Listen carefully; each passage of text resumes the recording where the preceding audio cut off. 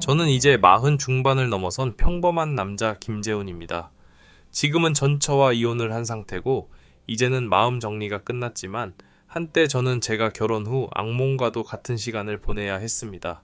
당신은 죽고 싶을 만큼 힘들었지만 이젠 담담하게 그 얘기를 할 수 있을 것 같습니다.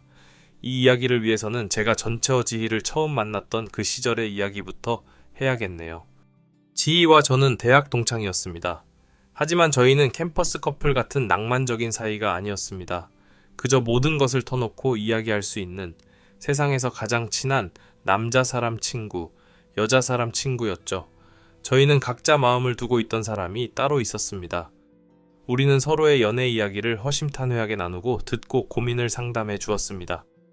좋아하는 사람 때문에 가슴 아리를 할 때, 혹은 연인과 헤어져 속상한 마음에 술잔을 기울일 때, 언제나 제 곁에는 지희가, 지희 곁에는 제가 있었습니다. 그런데 어느 순간부터 제 마음이 멋대로 움직이기 시작했습니다. 지희를 향한 제 마음에 다른 감정이 찾아왔습니다. 지희가 이성으로 느껴지기 시작하면서 여자로 보이기 시작하더라고요. 이 마음을 들키는 순간 제 인생에서 가장 소중한 친구를 잃을지도 모른다는 생각에 처음에는 그 감정을 숨겼습니다. 그런데 한 사람을 향한 마음이 숨긴다고 숨겨지는 게 아니더군요. 어느 날 지희한테서 전화가 왔더라고요. 오늘은 술 한잔 마시고 집에 들어가야겠다며 많이 마셔도 말리지 말라고 하더군요. 그래서 왜 그러냐, 무슨 일 있냐 물었습니다. 그러자 지희는 한숨을 내쉬면서 사귀는 선배가 유학을 떠나기로 결정했다고 몇 년이 걸릴지 모른다고 하더라고요.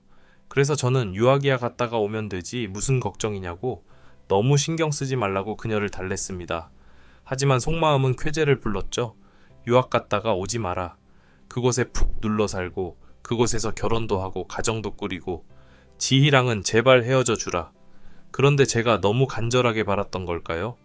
그 선배가 유학 가고 2년쯤 지났을 때 지희로부터 전화가 왔는데 술에 취한 채 울면서 말했습니다. 그 선배가 거기서 만난 여자와 약혼을 했다고 진작에 말하려고 했는데 너무 늦게 말한 것 같아서 미안하다고 하더랍니다. 지희는 무너지는 듯 했습니다. 그 선배가 돌아오기만을 손꼽아 기다렸는데 그간 다른 여자를 만나고 있었고 약혼까지 한다고 하니 제 정신일 리가 없었죠. 지희는 몇 날 며칠을 울고 또 운 것 같았습니다. 지희를 만날 때마다 눈도 얼굴도 부어 있었거든요. 그런 지희의 모습을 지켜보는 제 마음도 힘들었습니다. 나는 내 마음을 전달하고 싶었지만 한 달이 다 돼가도록 그 선배를 잊지 못하고 하염없이 우는 지희에게 다가가 내가 널 사랑한다고 고백을 할 수는 없었습니다. 그저 우는 지희 등을 토닥여주면서 제 쓰린 속을 달래고 있었는데 지희가 제 어깨에 슬쩍 기대면서 말하더라고요. 너무 고맙다고.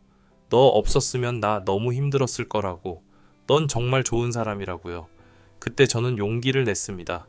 이제 그만 그 사람은 잊어버리라고요. 네가 다른 사람 때문에 마음 아파하면 내 마음도 너무 아프다고요. 이젠 그 사람 말고 나를 좀 바라봐 달라고요. 그러자 지희가 조금 놀란 표정으로 저를 쳐다보았습니다. 그때 용기를 내서 고백했습니다. 사실 너 많이 좋아한다고. 친구가 아니라 여자로. 아주 오랫동안 너를 좋아해왔는데 우리 사이가 멀어질까봐 고백 못했다고.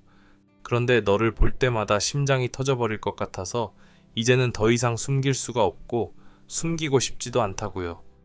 제가 한 번에 참았던 고백을 쏟아내자 지희는 한참 동안 아무 말 없이 저를 바라보더니 제게 가만히 안겨왔습니다. 그때 깨달았습니다. 이 감정은 결코 저 혼자만의 것이 아니었음을요.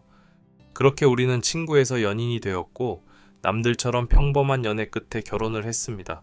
저는 세상을 다 얻은 기분이었습니다. 이 사람을 행복하게 해줄 수만 있다면 무엇이든 할 수 있을 것 같았습니다. 제 모든 것을 바쳐 아내에게 최선을 다했습니다. 맞벌이를 하는 아내가 저 때문에 아침 일찍 일어나는 것이 싫어. 저는 아침밥을 거르고 회사에서 조금 이른 점심을 먹는 것을 자처했습니다. 청소도 빨래도 집안의 모든 일은 당연히 함께하는 것이라 생각했습니다. 하지만 그런 우리에게도 의견이 완전히 갈리는 단 한 가지 문제가 있었습니다. 바로 아이 문제였습니다. 아내는 아이를 최대한 늦게 갖고 싶어 했고 심지어 낳지 않아도 괜찮다고까지 했습니다. 하지만 제 생각은 정반대였습니다. 저는 하루라도 빨리 우리를 닮은 아이를 낳아 단란한 가정을 꾸리고 싶었습니다.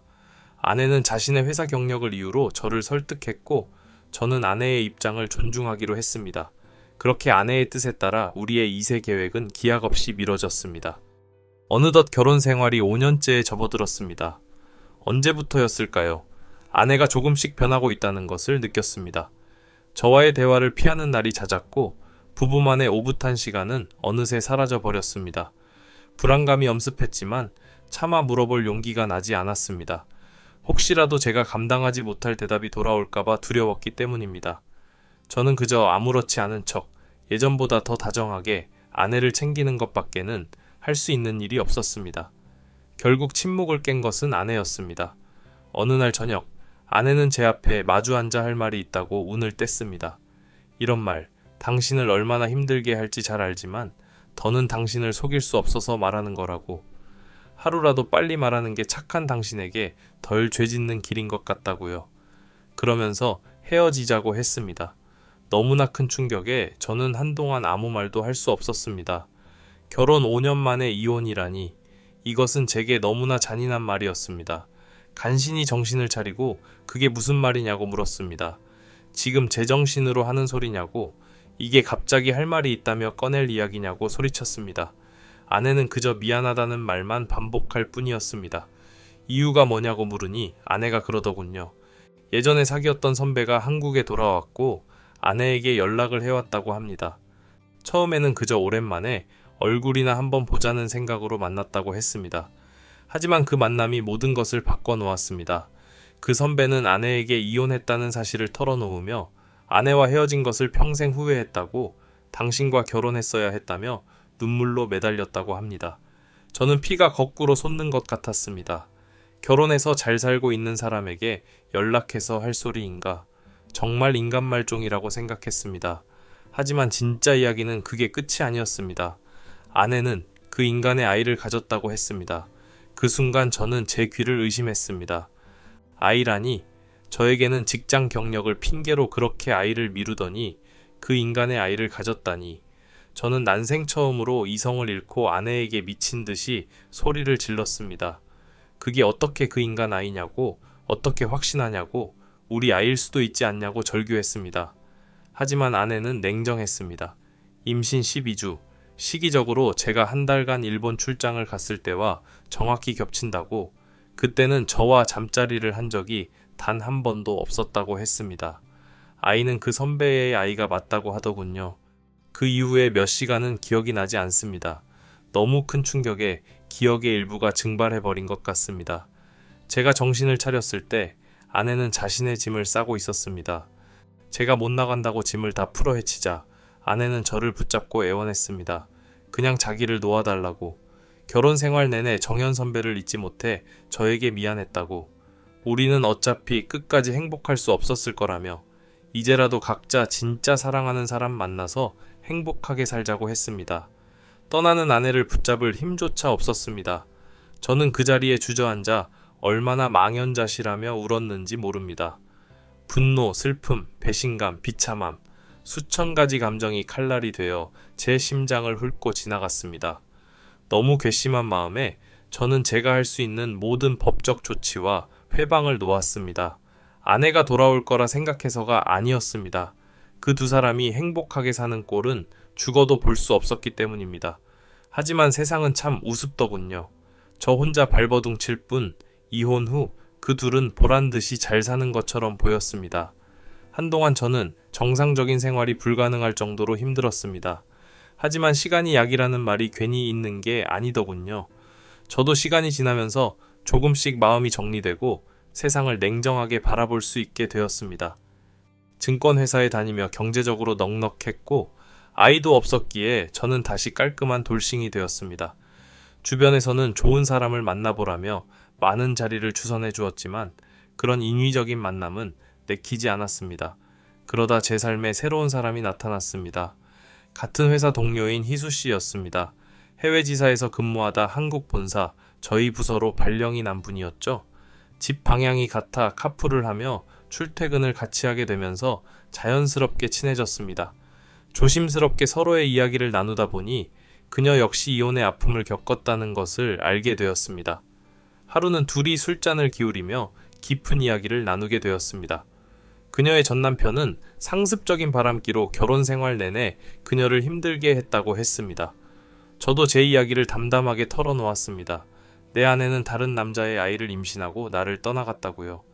아내를 정말 사랑했었기에 그땐 정말 죽을 만큼 힘들었고 그 인간의 이름만 들어도 치가 떨렸지만 다 부질없는 짓 같아 내려놓았다고 말입니다. 그러자 희수 씨는 혹시 전처의 이름이 뭐냐고 물었고 내가 그 이름을 말하자 들릴 듯 말듯한 소리로 세상 참 좁네 했습니다. 그리고는 전처가 사귀었다는 그 선배가 혹시 강정현이냐고 어떻게 인연이 이렇게 닿았는지 모르겠다고 하더군요. 희수 씨는 제 전처의 선배이자 불륜남인 그 남자의 아내였더군요. 제 전처는 이 여자의 남편과 눈이 맞았던 것이고 저는 제 아내와 바람난 남자의 전처와 마주 앉아 술을 마시고 있었던 겁니다. 정말 기가 막히더군요. 그날 밤 저희 둘은 밤이 새는 줄도 모르고 술을 마셨습니다. 미친 사람들처럼 두 인간을 욕하고 깔깔거리며 웃다가 또다시 울분을 터뜨렸습니다. 그러다 보니 신기하게도 가슴속에 응어리졌던 모든 것이 눈 녹듯 사라지는 기분이었습니다.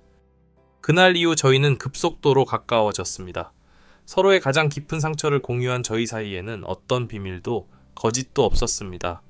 저희는 서로에게 그리고 저희의 감정에 솔직해지기로 했습니다. 그녀는 제대로 된 남자를 만나 제대로 된 연애를 하고 싶다고 했고 저 역시 진정으로 저를 사랑해주는 사람을 만나 다시 시작해보고 싶다고 했습니다. 그리고 제가 먼저 용기를 냈습니다. 그 상대가 당신이었으면 좋겠다고. 그러자 그녀는 환하게 웃으며 사실 사무실에 온 첫날부터 저를 마음에 두고 있었다고 지금 당장 시작하자고 화답해 주었습니다. 그렇게 저는 제 인생의 두 번째 사랑을 시작했습니다. 40이 넘어 다시 느끼는 설렘은 마치 구름 위를 걷는 듯한 기분이었습니다. 그런데 얼마 지나지 않아 전처에게서 연락이 왔습니다. 모르는 번호라 무심코 받았는데 전처의 목소리였습니다. 잘 지내냐고 제가 너무 생각나고 보고 싶어서 연락했다고 하더군요. 저는 단칼에 잘라 말했습니다. 앞으로는 연락하지 말라고, 우리 사이에 연락할 일은 없어야 하는 것 아니냐고. 그리고 저에게는 사랑하는 사람이 생겼으니 그 사람에게 미안한 일 만들지 말아달라고 부탁했습니다.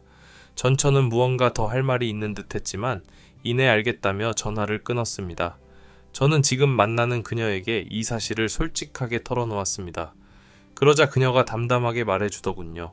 아마 둘이 헤어졌을 거라고. 그 남자를 잘 아는 사람을 통해 들었는데 그 인간은 절대 한 사람에게 만족하지 못하는 사람이라 했다더군요. 그래서 희수 씨도 결혼한 지 얼마 되지 않아 그 인간과 헤어졌는데 아마 그 버릇 걔 못 줬을 거라고 했습니다. 얼마 뒤 학교 동창을 통해 전처의 소식을 듣게 됐는데 전처는 저와 이혼한 후 죽고 못 사는 그 선배와 결혼했다고 했습니다. 하지만 그 남자는 지희를 두고 다른 여자를 만나고 다녔고 지희가 그걸 알고 거의 미친 사람처럼 난리를 쳤다고 했습니다. 둘이 아직 이혼까지는 아니지만 별거 중이고 지희는 소송을 준비하며 각자 길을 준비하고 있는 듯 했습니다. 그 말을 들으니 그럴 줄 알았다는 생각과 함께 한편으로는 씁쓸하고 안타까운 마음이 들었습니다. 그렇게 찾아간 사랑이 영원할 줄 알았을까? 어떻게 그렇게 어리석었을까? 지희도 후회하겠죠. 그래서 저한테 전화도 했을 겁니다. 하지만 이미 때는 늦었고 각자의 길은 정해졌으니 그저 아이를 키우며 잘 살아가길 속으로 빌어줄 뿐이었습니다. 지희와의 인연은 좋지 않게 끝났지만 지금 그 자리에는 더 소중한 인연이 찾아와 주었으니 저는 지금 제 곁에 있는 이 사랑을 놓치지 않고 오래오래 행복하게 함께 걸어가고 싶습니다.